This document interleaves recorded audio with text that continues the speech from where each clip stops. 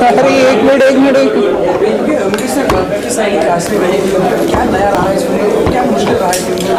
यार, मुश्किल तो ये था कि जो पॉइंट ऑफ व्यू था पूरा फिल्म का, जो फिल्मी पॉइंट ऑफ व्यू था, और लीना के साथ मैंने अपनी शुरुआती तौर पे 3 पत्ती में भी काम किया था, तो जिस हिसाब से लीना का नज़रिया था पूरी पिक्चर को देखने का, वो बहुत ही डिफरेंट था। मुझे लगता है कि इंडियन ऑडियंस के लिए इम्पॉर्टेंट और बहुत ही बेहतरीन फिल्म होगी। और कास्टिंग लेवल पे चैलेंज ये था कि जितनी लड़कियां हैं सब, सुरवीन को पहली बार इस पिक्चर में लाना, क्योंकि अगले से पहले सुरवीन इस फिल्म के अंदर आई थी, और बाकी जो नए 2-3 बच्चे जो आप देखेंगे, बाकी नई कास्टिंग देखेंगे, सबके सब ऐसे फंटास्टिक एक्टर चाहिए थे। इतना बोल्ड सब्जेक्ट है, जब तक वो एक्टर दमदार नहीं होगा, इतना अंडरस्टैंडिंग वाला होगा नहीं, कुछ फिल्म का मतलब नहीं होता। तो ये सब चैलेंज जो लिया था वो लीना की वजह से ही हो पाया। और बाकी जो छोटे छोटे रोल थे जो मैं लोकली काज के राजस्थान में जिस तरह फिल्म को बनाया, जिस लिखा गया, बहुत ही कमाल था। मुकेश जी, ये पूछना चाहूँगा, राधिका आप्टे का जो कैरियर है काफ़ी ऊंचा उठ रहा है एज एन एक्ट्रेस, इस तरह की ऑफबीट फिल्म में कास्ट करने की वजह क्या है? उनके पर्सनैलिटी के बारे में बताइए कि आई थिंक वो ऑफबीट फिल्मों की बात नहीं, क्योंकि मैं जानता हूँ कि जब मैंने पहली बार उसको बदलापुर में कास्ट किया, उसके बाद ये पूरा का पूरा सिलसिला शुरू हुआ। मेरा आइडिया ये था कि ऐसी एक्ट्रेस जो सिर्फ परफॉर्मेंस के बारे में सोचती है, जिसके दिमाग में कोई भी ऐसा हंगत नहीं है कि ये नहीं करूँगी, वह उसको जहाँ भी अच्छी परफॉर्मेंस दिखती है, जो कोई भी एक्टर्स नहीं कर पाती, जो एक्टर सोच भी नहीं पाती है, राधिका आप्टे जो है वो कर देती है। तो डायरेक्टर के लिए कंफर्ट होता है कि ऐसे एक्टर को मिलना जो सोच से इतना बोल हो, अपनी परफॉर्मेंस से इतना तैयार हो। आई थिंक राधिका आप्टे के अंदर एक वो बात है कि जो सोच उसकी एज एन एक्टर इतनी खुली है कि वो हर रोल को एक्सेप्ट करने में रेडी रहती है। वो इस तरह से नहीं सोचती है कि ये फिल्म करूँगी तो मुझे लोग ऐसे देखेंगे, ये सोचेंगे ऐसे होगा।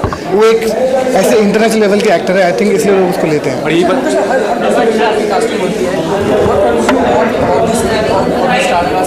यार आई थिंक मुझे एक तो जिस तरह की फिल्में बन रही है और जिस तरह की स्क्रिप्ट मुझे मिलती है, जो चैलेंजिंग स्क्रिप्ट होती है, जो भी अच्छे डायरेक्टर होते हैं, मैं कोई भी ऐसी पिक्चर छोड़ता नहीं हूँ जहाँ मुझे लगे कि एज एन कास्टिंग डायरेक्टर मुझे एक चैलेंज मिले। और लकीली ऐसा होता है कि महीने में 7-8 फिल्में मेरी आई जाती हैं, तो और अच्छा लगता है। Thank you.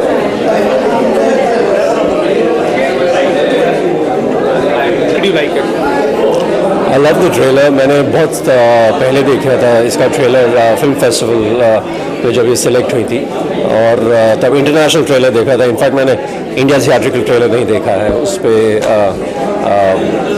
हो सकता है वो अलग हो, बट मैंने इंटरनेशनल ट्रेलर देखा था। और बस इंतज़ार था कि ये कब इंडिया में रिलीज़ होगी। और इस फिल्म की जर्नी बहुत इंटरेस्टिंग रही है। फेस्टिवल्स में काफ़ी फिल्म जाती हैं, बट इंटरनेशनली पहले रिलीज़ हुई है काफ़ी कंट्रीज़ में, और डे इन डेट रिलीज़ नहीं हुआ। आहिस्ता आहिस्ता करके अभी अपनी होम कंट्री में आई है, एंड पूरी टीम को मैं मुबारकबाद देना चाहूँगा, and producer, director, entire cast and crew की जैसे बोलते हैं देर आए दुरुस्त आए। सर, आपने भी मतलब हार्डकोर रियलिस्टिक सब्जेक्ट पे फिल्म में काम किया है, तो एक्टर के तौर पर कमर्शियल फिल्म में काम करना और एक रियलिस्टिक सब्जेक्ट पे काम करना कितना डिफरेंस होता है? लेकिन फिल्म अच्छी होती है या बुरी होती है तो इसको आप दोनों आर्ट फॉर्म है, लेकिन इस एक कुछ फिल्में होती हैं जो बिल्कुल एक फार्मूला को फॉलो नहीं करती, और ये फिल्म उसमें फॉलो इन करती है, और अक्सर मैंने भी वैसी फिल्में की हैं, तो इसकी ट्रेजेक्ट्री अलग होती है। मैंने कम ही सुना है अगर एक मेन स्ट्रीम फिल्म इंटरनेशनली पहले रिलीज़ हुई हो और फिर यहाँ पर इंडिया में रिलीज़ हो रही हो, लेकिन ये एक टोटली एक कंटेंट ड्रिवन फिल्म के साथ पॉसिबल है। और यही मालूम है कि राधिका का न्यूज़ वीडियो लीक हुआ था इस फिल्म का, तो काफ़ी कंट्रोवर्सी क्रिएट हुई थी, तो ये कंट्रोवर्सी क्रिएट करना क्या ज़रूरी है फिल्म के सक्सेस के लिए? मुझे इस वीडियो के बारे में इल्म नहीं है, मैंने सुना था कुछ हुआ है, लेकिन मुझे उसका ज़्यादा अंदाज़ा नहीं है, ना मैंने देखा है और ना फॉलो किया है। लेकिन कंट्रोवर्सी कोई ज़रूरी नहीं है, अगर कंट्रोवर्सी हो तो आप लोग ज़्यादा रिएक्ट करते हैं, बट हो सकता है दर्शक भी करते हो, बट एक फिल्म मेकर फिल्म कंट्रोवर्सी के लिए नहीं बनाता, कंट्रोवर्सीज बन जाती हैं। And what is keeping you busy these days? आजकल मैं अपनी पोस्ट प्रोडक्शन फाइनल हमारी 2 पिक्चरें रिलीज़ होंगी, एक शब है उनीर की और एक माय बर्थडे सॉन्ग, एक साइकोलॉजिकल थ्रिलर बनाई है। डेब्यू डायरेक्टर समीर सोनी है उनके साथ, और इन दोनों का काम चल रहा है। एंड बाकी कुछ एक्टिंग प्रोजेक्ट्स कर रहा हूँ जिसके बारे में अभी मैं बात नहीं कर सकता। Thank you.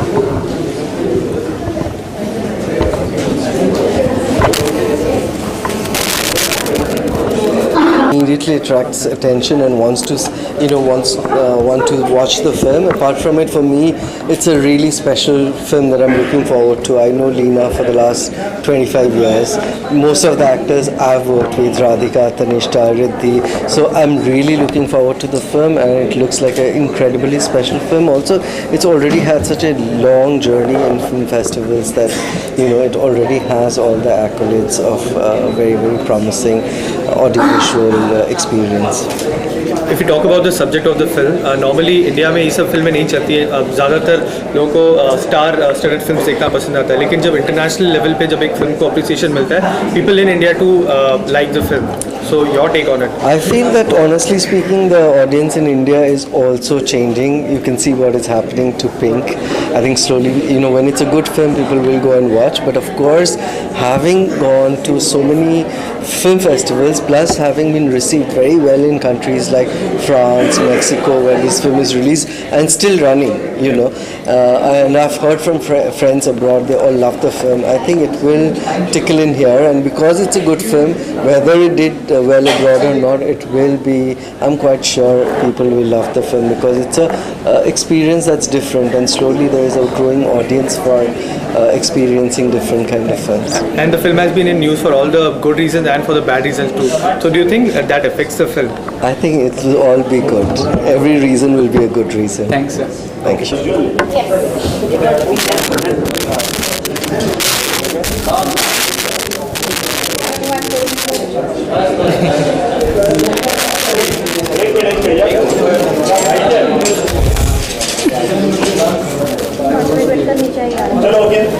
फिल्म की पार्ट थी जो ह्यूमन ट्रैफिकिंग पे थी, तो एज एन एक्टर जो ऑफ बीट फिल्म होता है, हार्ड को रियलिस्टिक सब्जेक्ट होता है, उसमें इनैक्ट करना कितना मुश्किल होता है? मुश्किल हर चीज़ होती है ऑनेस्टली. डिपेंड्स कि आप कितना बिलीव करते हो सब्जेक्ट के ऊपर, वट एवर स्टोरी के ऊपर, how much you want to be play the character, depends lot on that.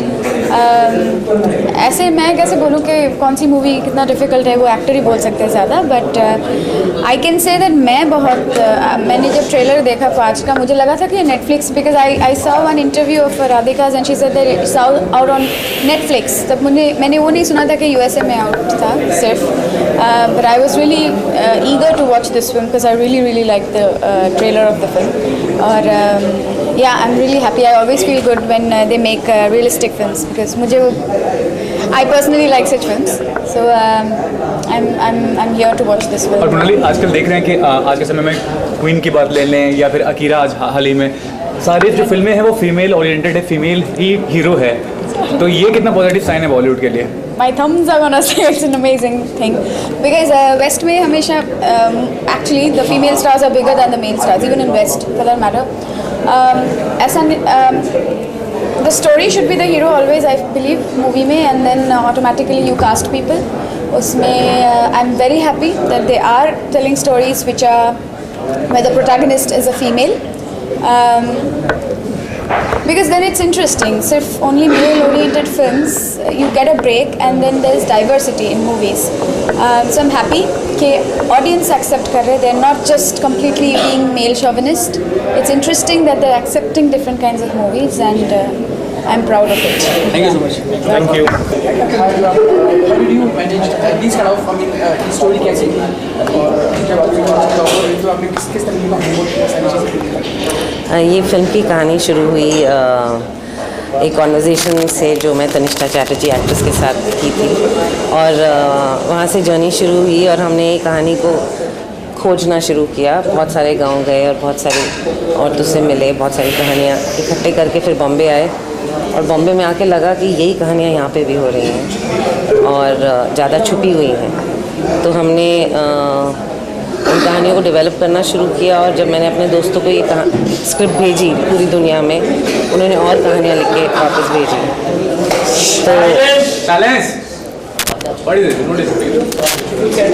तो ये शुरू हुई, और आई थिंक हर स्टेज पे मैं इस फिल्म को और जानने लग गई.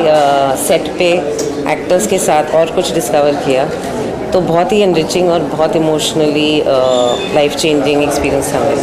When you thought of making this film, what did you make to cast Radhika की personality और बताइए as an actress and an individual? I've always wanted to work with Radhika after I saw her in Shore in the City, and when I started writing Past, much before I finished the script, my husband Aseem Bajaj was shooting a short film with her, and he introduced me to her, and I called her over home. And मैंने बस एक informal सा audition किया तनिष्ठा और राधिका के साथ, और I think script ख़त्म होने से पहले ही हमने ये डिसाइड कर लिया था कि Radhika will be part of the film.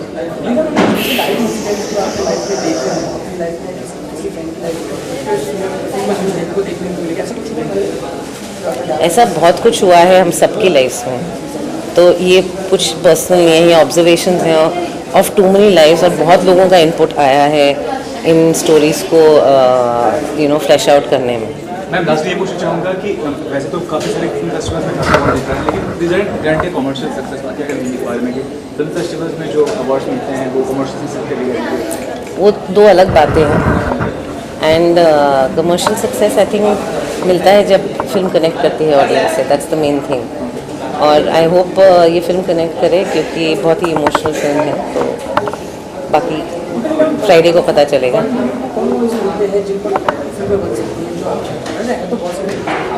I think हमारे देश में इतनी कहानियाँ हैं ना, तो वो बोलते बोलते आई थिंक कल सुबह हो जाएगी।